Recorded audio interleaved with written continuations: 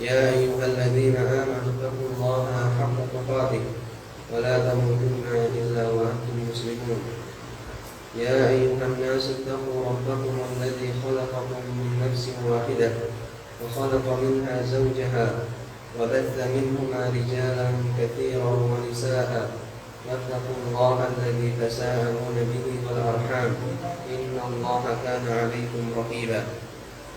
يا أيها الذين آمنوا اتقوا الله وقولوا قولا سديدا يصلح لكم أعمالكم ويغفر لكم ذنوبكم ومن يطع الله ورسوله فقد فاز فوزا عظيما. فإن أصدق الكلام كلام الله وخير الهدى هدى محمد صلى الله عليه وعلى آله وأصحابه وسلم وشر الأمور محدثاتها فإن كل محدثة بدعة وكل بدعة ضلالة وكل ضلالة في النار. أما بعد اللهم علمنا ما ينفعنا وانفعنا بما علمتنا وزدنا علما نافعا يا رب العالمين.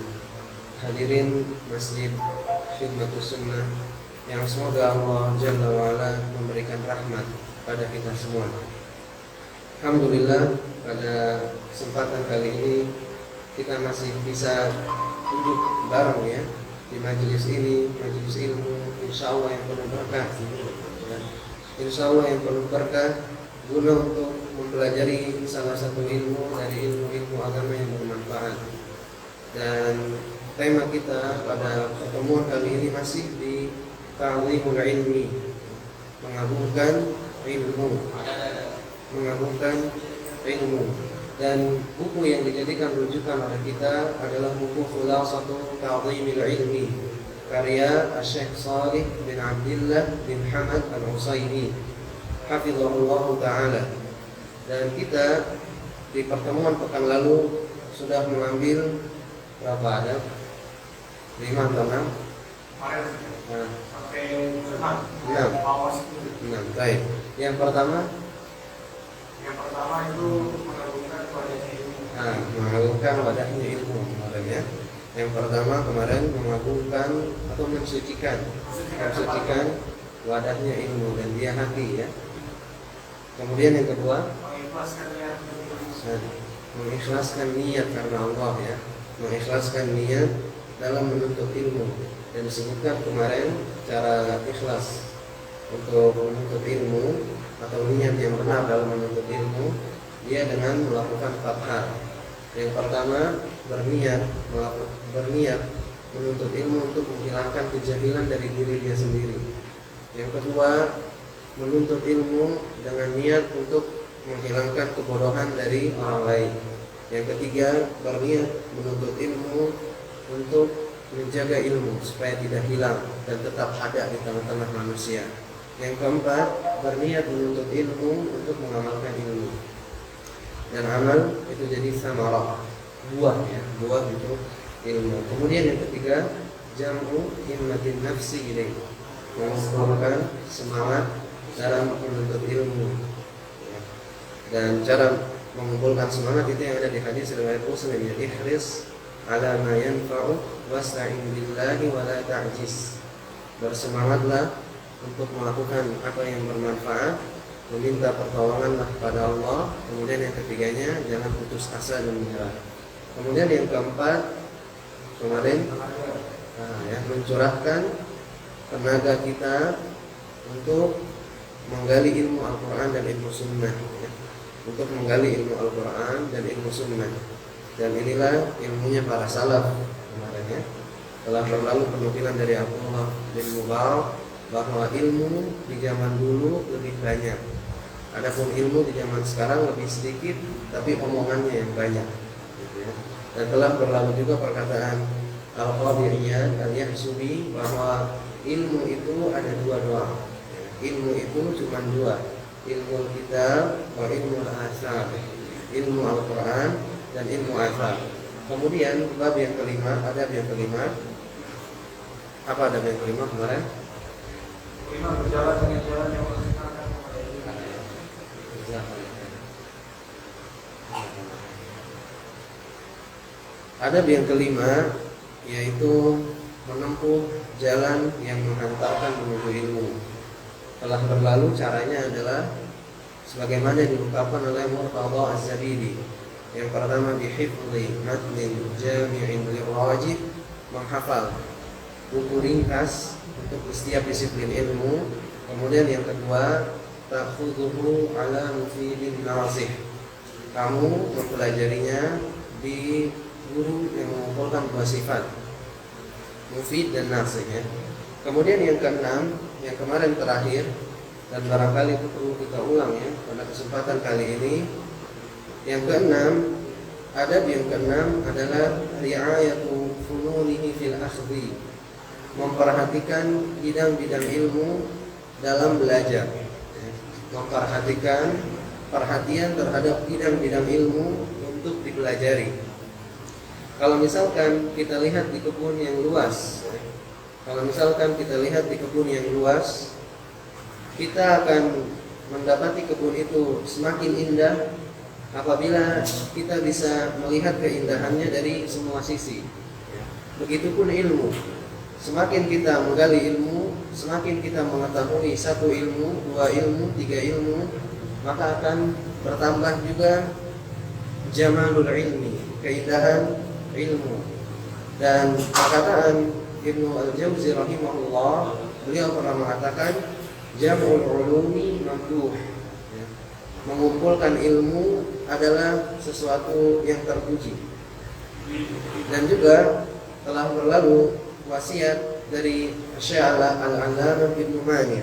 Beliau pernah mengatakan wala yanbaghi li talibil ilmi an yatruka ilman min ulumi al-Islam, dan tidak selayaknya untuk seorang penuntut ilmu meninggalkan salah satu ilmu dari ilmu-ilmu yang bermanfaat.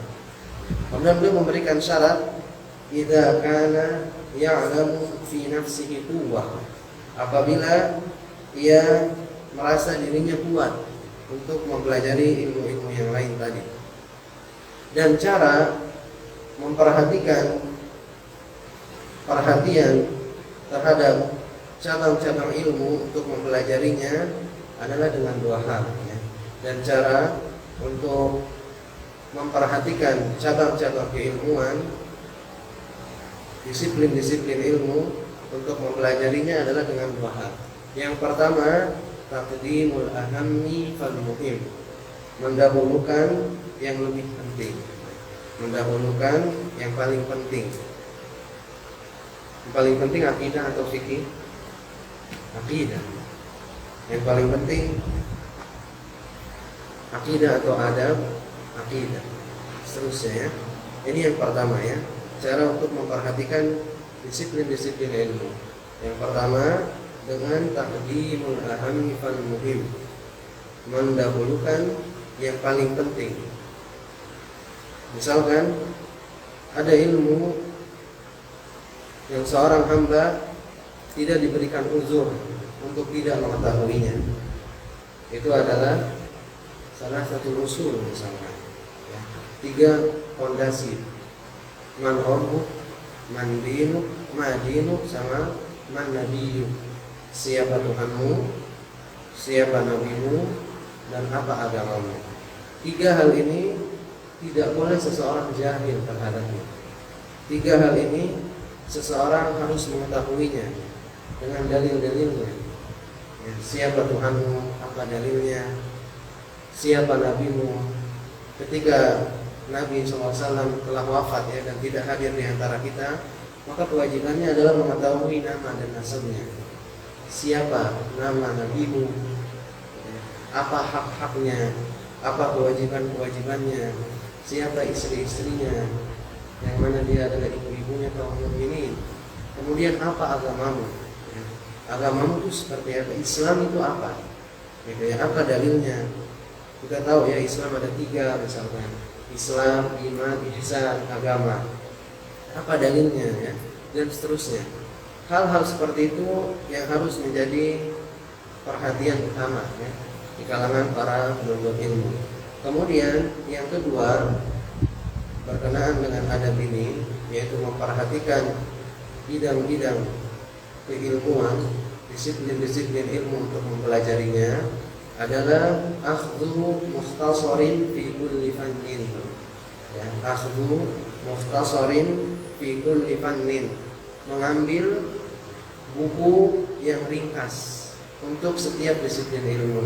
Ya, mengambil buku yang ringkas lagi padat dan menyeluruh untuk setiap disiplin ilmu. Untuk setiap disiplin ilmu. Dan yang membatalkan adab ini ada 3 hal, ya. Dan yang membatalkan adab ini ada 3 hal. Yang membatalkan untuk bertingkat, ya, dalam mengambil ilmu itu ada 3 hal. Yang pertama, al-ihjamu an ta'allumil ulumi. Al-ihjamu an tanawwu'il ulumi, mengambil, mempelajari 3 ilmu atau lebih dalam satu waktu. Mempelajari 3 ilmu atau lebih dalam satu waktu. Ini bisa merusak tangga dalam menuntut ilmu, ya. Dalam satu hari kita mempelajari 3 disiplin ilmu atau lebih. Baik. Yang kedua, al-istighfafu bi ba'dil ma'arif. Al-istighfafu bi ba'dil ma'arif, menganggap remeh beberapa ilmu. Menganggap remeh beberapa ilmu itu akan merusak adab yang keenam ini. Kemudian hal yang ketiga yang bisa merusak adab ini adalah al-ishtighalu bima la yanfa' ma'al wala'i bil gharaib. Menyibukkan diri dengan hal-hal yang tidak bermanfaat disertai kegemarannya dengan hal-hal yang aneh-aneh, dengan ilmu-ilmu yang aneh. Dan ini tidak boleh, ya. Kemarin telah diberikan tanbih bahwa ilmu-ilmu yang gharib itu adalah sejelek-jeleknya ilmu. Sebagaimana perkataan Imam Malik, syarrul ilmil gharib, sejelek-jeleknya ilmu adalah ilmu yang aneh, yang tidak biasa untuk dibahas dan dipelajari. Baik. Adab yang ketujuh untuk mengagungkan ilmu adalah al-mubadaratu fi tahsilih wa ightinam sinni as-siba wasyabab. Al-mubadaratu fi tahsilih, bersemangat atau bersegera untuk mempelajari ilmu dan memanfaatkan waktu muda. Bersegera untuk mempelajari ilmu dan memanfaatkan waktu muda, sebagaimana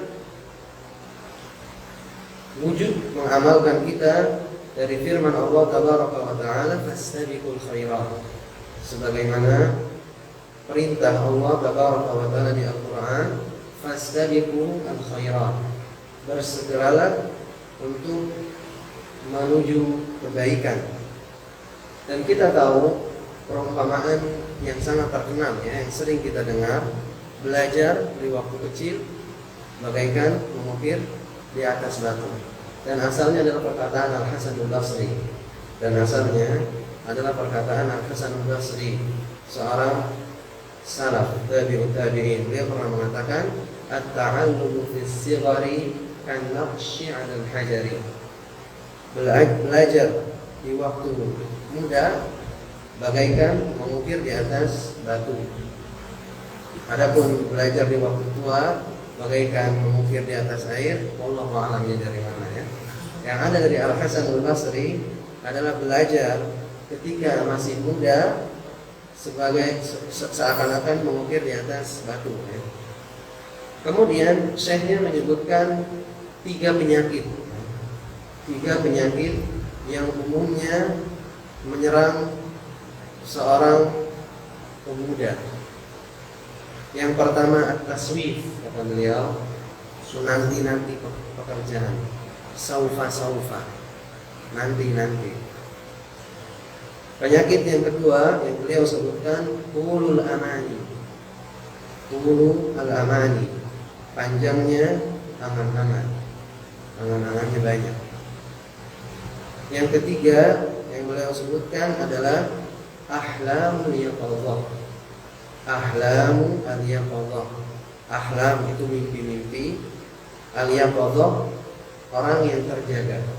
Mungkin orang kayak kita sekarang bermimpi? Enggak. Maksudnya ahlamul yaqadhah adalah cita-cita yang tidak mungkin, angan-angan yang tidak mungkin terjadi. Nah, ini 3 penyakit yang disebutkan oleh Syekh Shalih Al-Utsaimin. Yang pertama at-taswif, menanti-nantikan pekerjaan. Yang kedua adalah tulul amani, panjang cita-citanya. Kemudian yang ketiga adalah ahlamul yaqadhah, angan-angannya angan-angan basi, ya, kosong. Kemudian apakah orang yang sudah berumur tidak bisa menuntut ilmu? Maka jawabannya bisa, tapi susah. Jawabannya bisa, tapi susah. Sebagaimana dijelaskan oleh Al-Imam Al-Mawardi dalam kitabnya Adabud Dunya wad Din.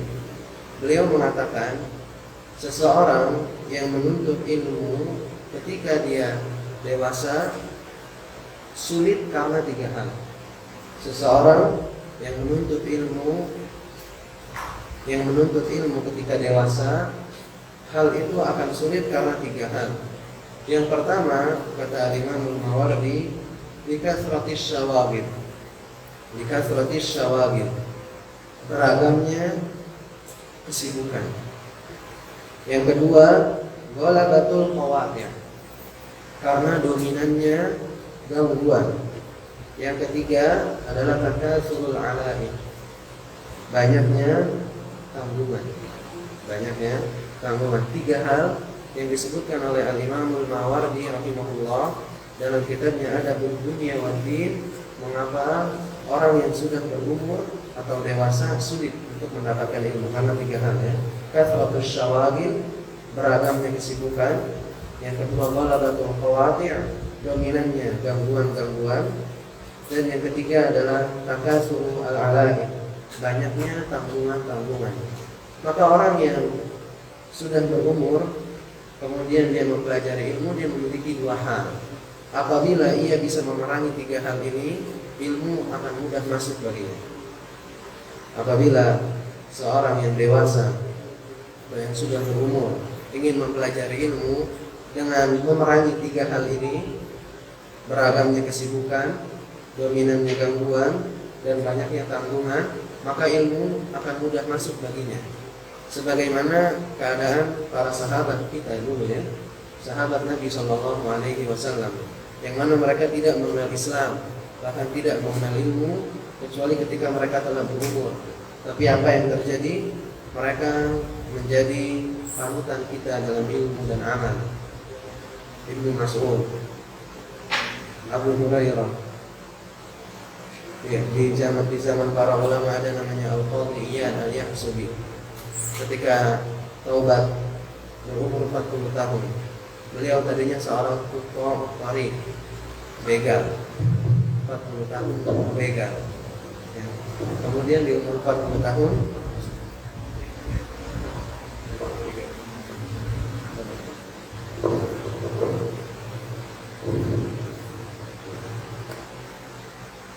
ketika beliau berumur 40 tahun, Allah kasih hidayah kepada beliau.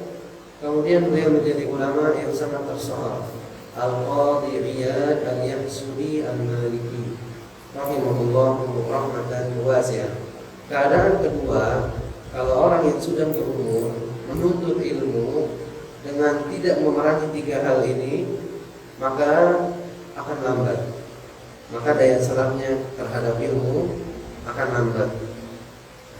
Ini berkenaan dengan adab yang ke-7 yang Syekhnya sebutkan, yaitu al-mubadaratu fi tahsilihi, bersegera untuk mempelajari ilmu dan memanfaatkan waktu muda untuk mendapatkan ilmu. Jadi bukan berarti orang yang sudah dewasa dan berumur tidak bisa menuntut ilmu, tapi sesuai dengan perincian yang telah disebutkan. Kemudian adab yang ke-8 yang disebutkan sama Syekhnya luzumu at-ta'anni fi talabihi wa tarkul ajalah. Luzumu at-ta'anni fi talabihi wa tarkul al-ajalah. Pelan-pelan ketika menuntut ilmu dan tidak tergesa-gesa. Pelan-pelan ketika menuntut ilmu dan tidak tergesa-gesa. Karena orang yang menginginkan ilmu dalam waktu yang singkat, ilmu itu akan pergi darinya secara keseluruhan. Sebagaimana perkataan Muhammad ibn Shihab Az-Zuhri, gurunya Imam Malik, beliau pernah mengatakan, "Man rama al-ilma jumlatan, dhahaba anhu al-ilmu jumlatan." Ya.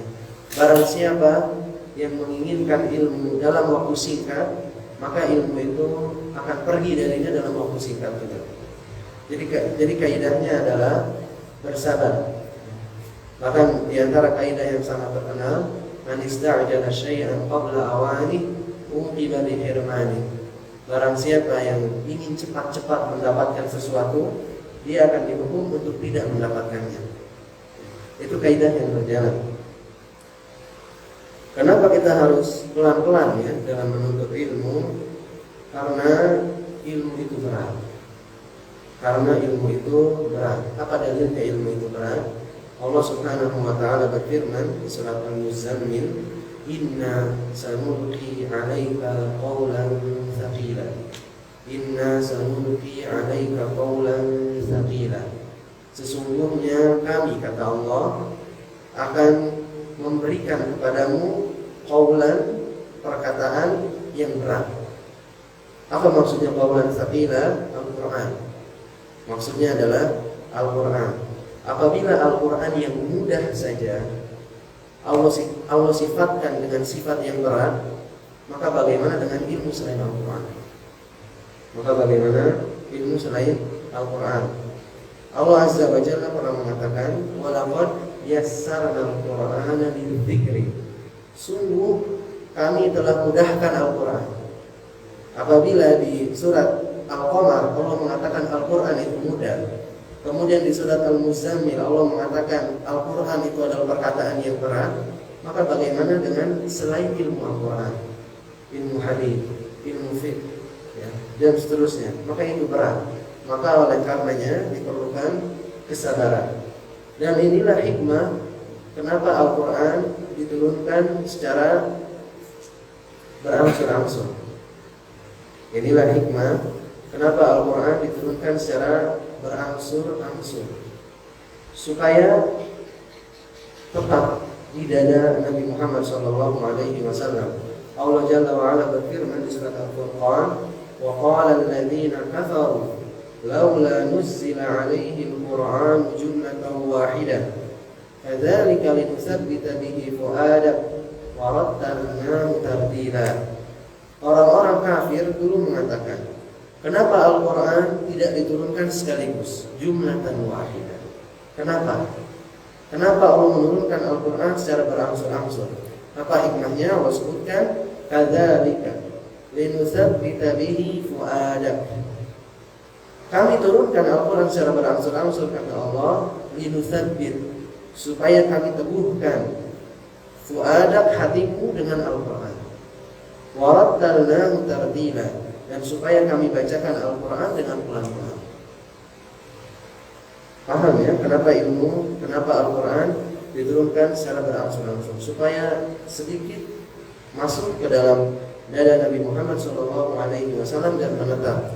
Oleh karenanya ayat ini dijadikan oleh Al-Khatib Al-Baghdadi dan Al-Raghib Al-Asfahani ayat ini sebagai hujjah diwajibkannya untuk pelan-pelan dalam menuntut ilmu dan tadarruj fi, step by step, ada langkah-langkahnya menuntut ilmu, wa tarkul ajalah, dan tidak tergesa-gesa.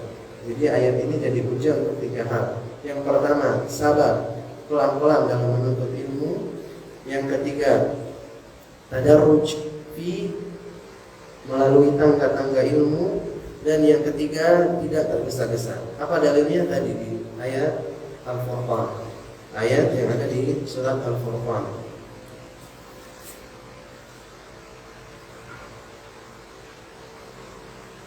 Baik.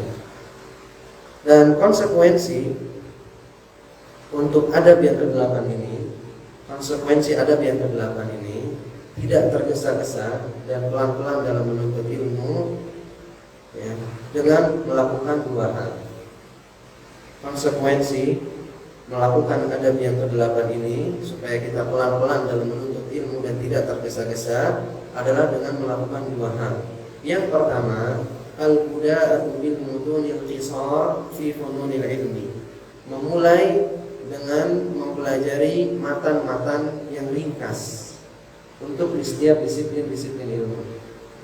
Memulai dengan matan-matan yang ringkas di setiap disiplin-disiplin ilmu. Kemarin kasih contohnya ya. Kalau misalkan di dalam masalah tauhid, kita mulai dengan fardhul Islam, salasatul usul, al-qawaidul arba', kitabut tauhid, kemudian kasyfus syubhat. Di aqidah, misalkan dengan memulai Jum'atul I'tiqad, al-aqidatul wasithiyah, al-aqidatul al-hamawiyah, dan naik di atasnya ada al-aqidatul tadmuriyah. Di hadis hukum-hukum misalkan kita mulai yang pertama dengan al-arba'in an-nawawiyah, kedua naik menjadi umdatul ahkam, ketiga naik dengan bulughul maram. Dan kalau si pelajarnya kuat, maka mereka akan memulai mempelajari kitab yang keempat, yaitu Al-Muntaqa, karya kakeknya Syekhul Islam bin Taimiyah rahimahullah ta'ala. Ada ilmunya ya, ada ilmunya.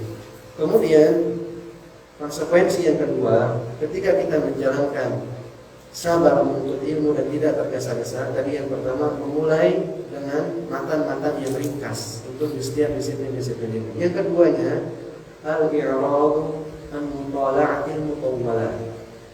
Tidak mulai untuk membaca buku-buku yang panjang yang si pelajar belum berhak untuk membacanya.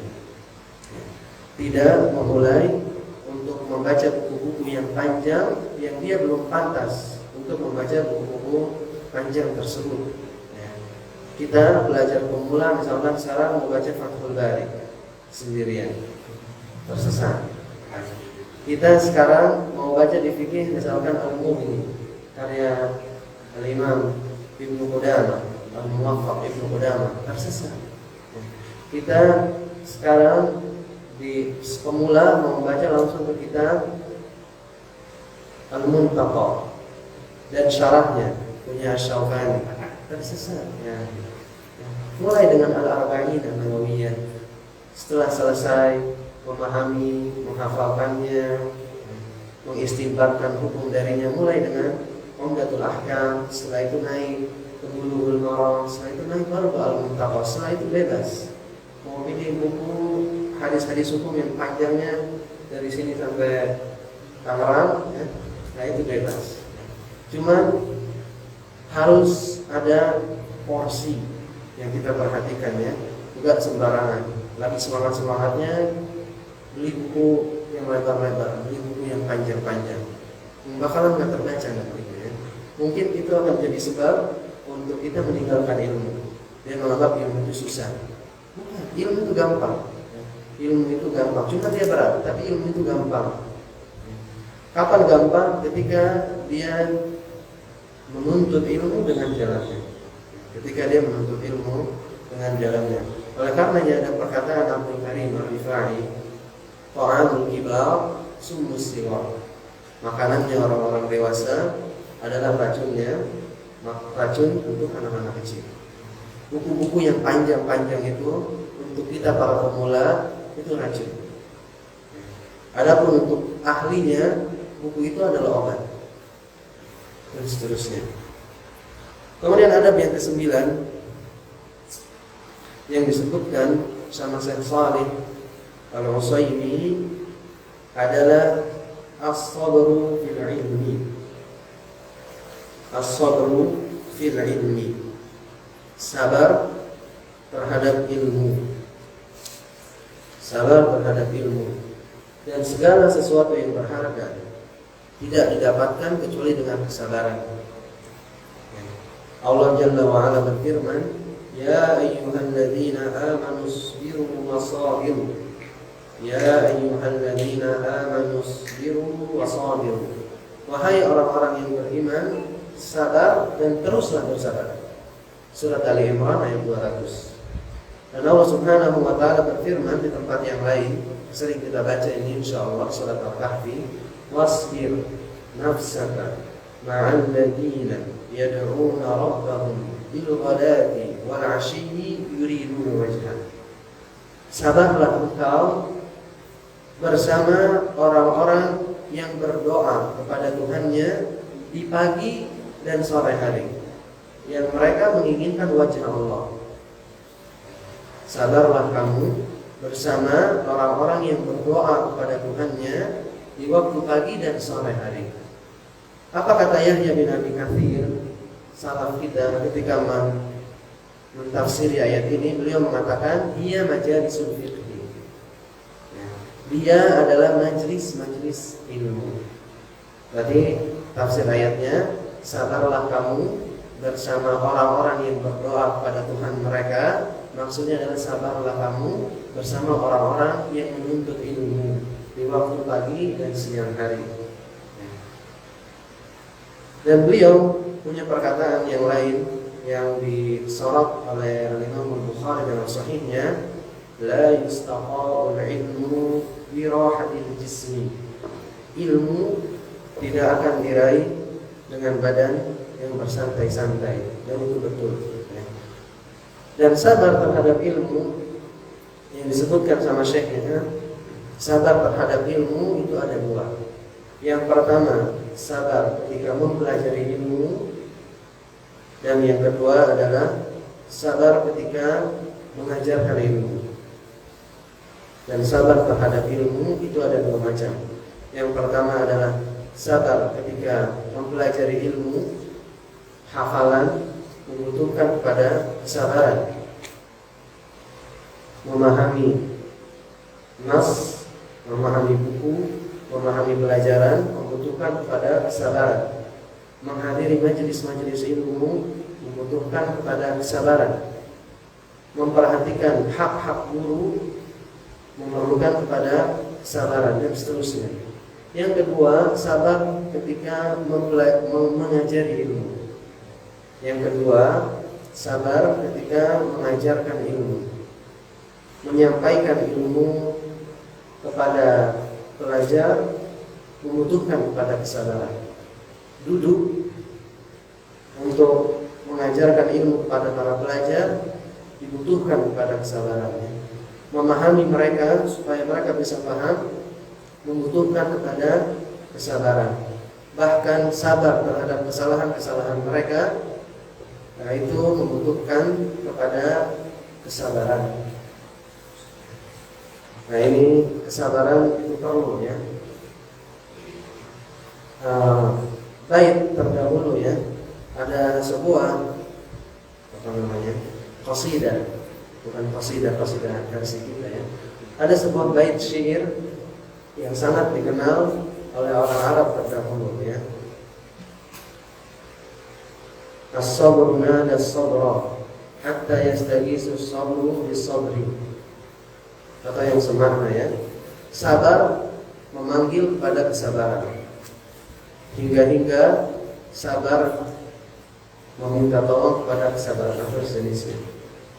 Jadi sabar ini adalah hal yang mutlak diperlukan ketika menuntut ilmu. Baik, kemudian adab yang ke-10. Adab yang ke-10 yang disebutkan oleh Syekhnya di sini adalah mulazamatu adabil ilmi. Memperhatikan atau menjaga adab-adab ilmu. Adab yang ke-10 yang disebutkan sama Syekhnya adalah mulazamatu adabil ilmi. Senantiasa memperhatikan adab-adab ilmu. Ibnul Qayyim rahimahullah pernah berkata di dalam kitabnya Madarijus Salikin, adabul mar'i unwanu sa'adatihi wa falahihi wa qillatu adabihi unwanu syaqawatihi wa bawarihi. Adab seseorang adalah alamat kebahagiaan dan keberuntungannya. Dan sedikitnya adab seseorang adalah tanda kehancurannya dan kebinasaannya.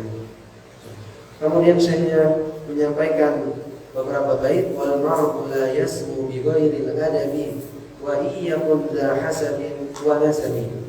Seseorang tidak akan tinggi tanpa adab, walaupun dia memiliki nasab yang baik dan hasab yang baik. Bahkan salaf kita rahimahullah pernah bertutur. Beliau adalah Yusuf bin Husain, bil adabi tafhamul ilma. Dengan adab engkau akan memahami ilmu, ya. Dengan adab engkau akan memahami ilmu.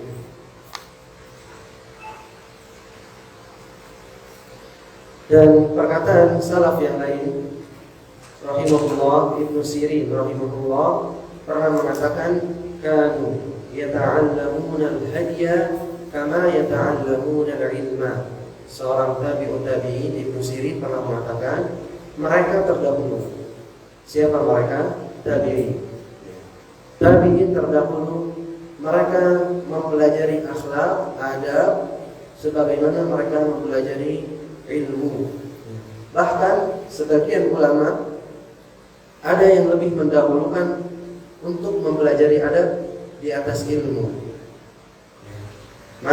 Imam Malik rahimahullah, beliau pernah mengatakan, ya bena akhi, ta'allamil adaba qabla an tata'allama al-ilma. Wahai saudaraku, pelajarilah adab sebelum kamu mempelajari ilmu. Bahkan salaf yang lain, Makhlad Ibn Husain pernah mengatakan kepada Ibnu Mubarak, nahnu ila kathirin minal adabi ahwaju minna ila kathirin minal ilmi. Kita ini, kata beliau dari Ibnu Mubarak tabi'in, kita ini memerlukan banyak adab. Itu yang lebih penting daripada kita memerlukan banyak ilmu.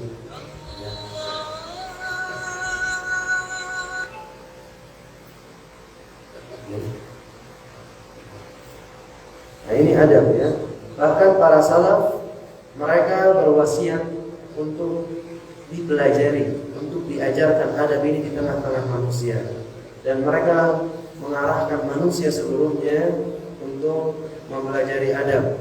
Kemudian Syekhnya mengatakan, wa innama hurima katsirun min talabatil 'asri ilma bi tadhi'il adabi. Hanya saja pelajar zaman sekarang tidak mendapatkan ilmu karena tadhi'ul adab, menyia-nyiakan adab. Karena menyia-nyiakan adab. Kemudian Syekhnya menutup dengan membawakan kisah Ashraf al-Layth ibn Sa'd rahimahullah ala ashabil hadith. Layth bin Sa'd alim hadith, faqih juga, ya. Kalau misalkan murid-muridnya menulis pendapat-pendapatnya dalam fikih, barangkali beliau akan terkenal Imam Syafi'i, Imam Ahmad, Imam Malik, dan Imam Abu Hanifah. Layth bin Sa'd, beliau pernah duduk bersama ashabul hadis, orang-orang yang mencari hadis, maksudnya mencari ilmu. Karena ilmu di zaman mereka dulu adalah hadis. Oleh karenanya, kalau ada mencari hadis, maksudnya adalah mencari ilmu. Karena ilmu di zaman mereka adalah hadis. Fara'a minhum syai'an ka'annahu kariha. Layth bin Sa'd melihat dari penuntut ilmu sesuatu yang beliau benci. Kemudian Layth bin Sa'd mengatakan, ma hadza, apa-apaan ini?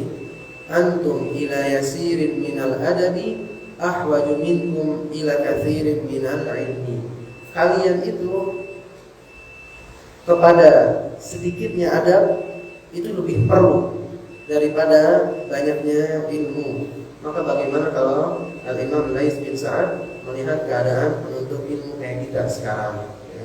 Mungkin beliau akan mengucapkan dan berhak untuk beliau mengucapkan inna lillahi wa inna ilaihi raji'un. Macam dulu apa ya?